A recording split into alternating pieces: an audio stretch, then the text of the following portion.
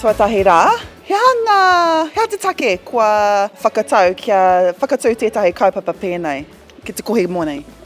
Ki te haere ki te wiki ha, kore te kaupapa nui, ki haere te kura, te whare kura, ai runa i te āhuatanga o te mahi muni. Nā reira, koe nei tēnei pō, he whakahui hui i te hāpori.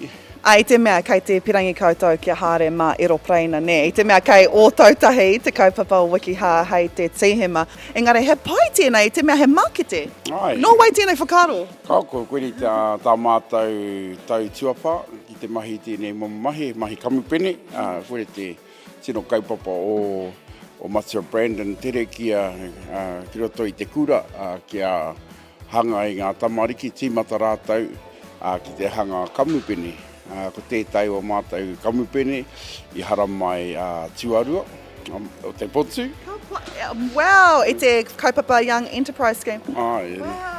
Anā, kei konei ahau, kei te taha i tētahi o ngā rangatira o ngā pakehi kei konei. Whakamarama mai, te tikanga o tō pakehi. So ko tuia te ingoa o tō mātou Pākehi.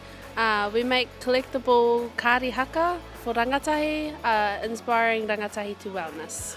E tōku ake te whakaro i here? At the time, we had just gone through Matatini last year, and their socials were just going off for whakahua, and I just happened to see like those old All Blacks cards. Yes, and the Weetabix. Yeah. And so I thought, like, how cool will it be if there was a kaihaka on a card instead of like an All Black. Here's another business, ko te ingoa ko tirama. Ka pai tira ingoa, no hia tira ingoa.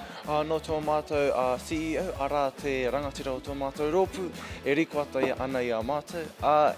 Ko tō mātou ingoa hei whakahuru i ngā tangata e pirangi te hokona i tō mātou taonga, ara kia tirama i te ara o te harikoa.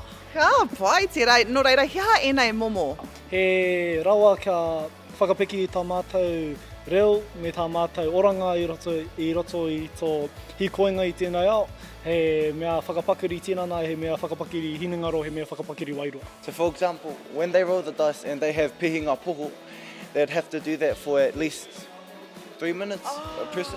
For example, we were thinking of expanding our purchases to kura, like other kura who may be participating in wikiha or not, just to try and help our fellow rangatahi in the art of te ao hakinakina.